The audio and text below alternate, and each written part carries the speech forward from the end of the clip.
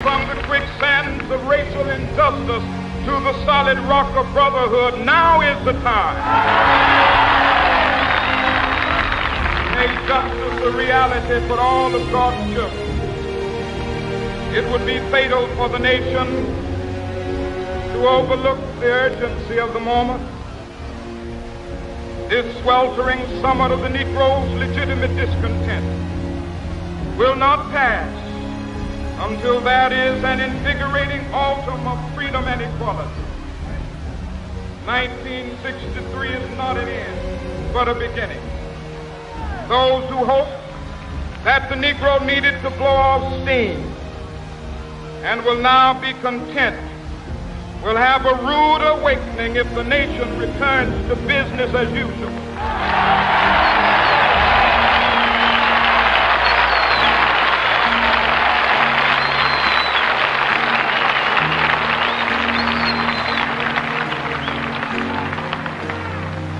There will be neither rest nor tranquility in America till the Negro is granted his citizenship rights. The whirlwinds of revolt will continue to shake the foundations of our nation until the bright day of justice emerges. That is something that I must say to my people who stand on the warm threshold which leads into the palace of justice. In the process of gaining our rightful place, we must not be guilty of wrongful deeds. Let us not seek to satisfy our thirst for freedom by drinking from the cup of bitterness and hatred.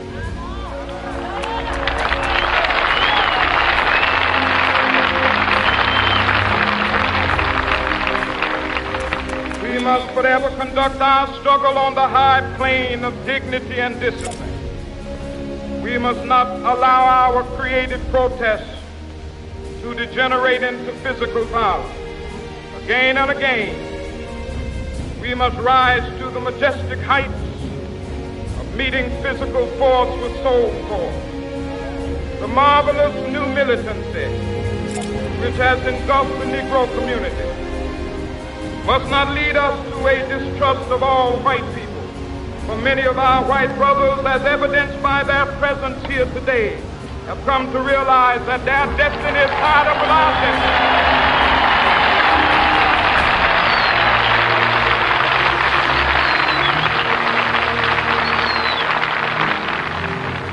They have come to realize that their freedom is inextricably bound to our freedom.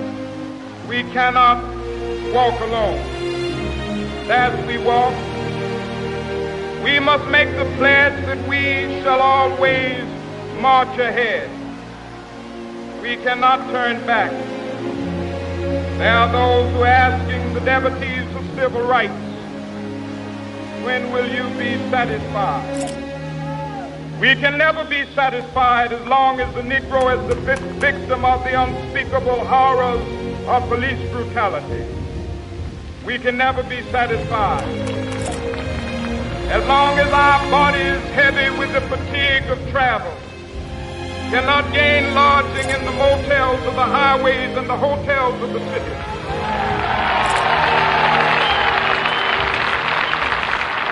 We cannot be satisfied as long as the Negro's basic mobility is from a smaller ghetto to a larger one.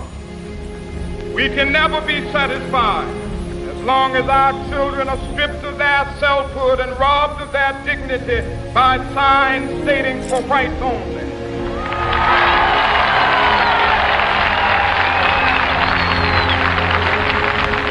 We cannot be satisfied as long as a Negro in Mississippi cannot vote and a Negro in New York believes he has nothing for which to vote.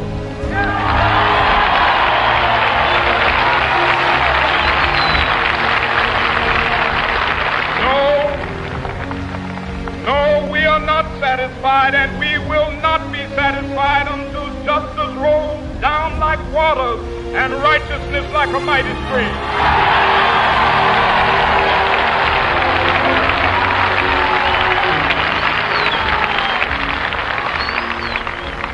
I am not unmindful Some of you have come here out of great trials and tribulations. Some of you have come fresh from narrow jail cells. Some of you have come from areas where your quest for freedom left you battered by the storms of persecution, staggered by the winds of police brutality.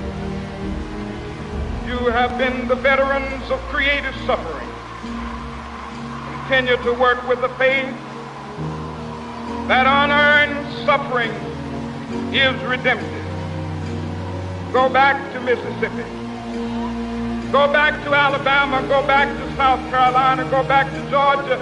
Go back to Louisiana. Go back to the slums and ghettos of our northern cities, knowing that somehow this situation can and will be changed.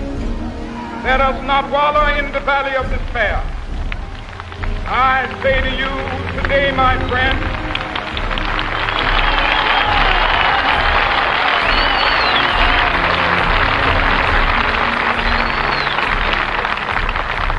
so even though we face the difficulties of today and tomorrow, I still have a dream. It is a dream deeply rooted in the American dream. I have a dream that one day this nation will rise up, live out the true meaning of its creed. We hold these truths to be self-evident, that all men are created equal.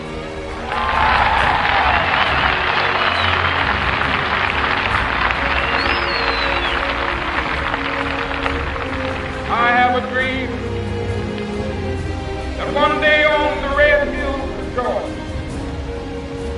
sons of former slaves and the sons of former slave owners will they be able to sit down together at the table of brotherhood. I have a dream that one day even the state of Mississippi, a state sweltering with the heat of injustice, sweltering with the heat of oppression, be transformed into an oasis of freedom and justice. I have a dream. My four little children will one day live in a nation where they will not be judged by the color of their skin, but by the content of their character. I have a dream today.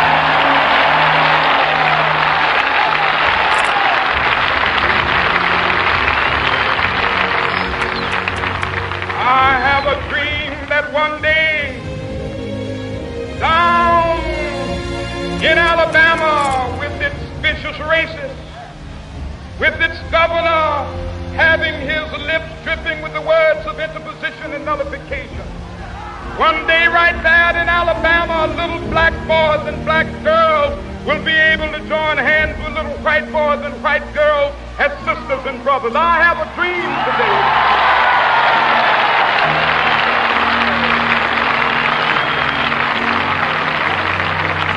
I have a dream that one day every valley shall be exalted.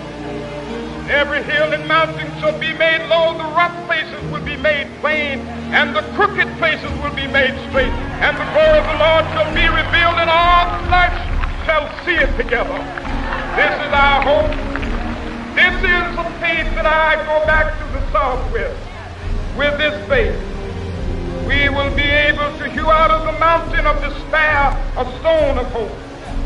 With this faith, we will be able to transform the jangling discords of our nation into a beautiful symphony of brotherhood. With this faith, we will be able to work together, to pray together, to struggle together, to go to jail together, to stand up for freedom together, knowing that we will be free one day.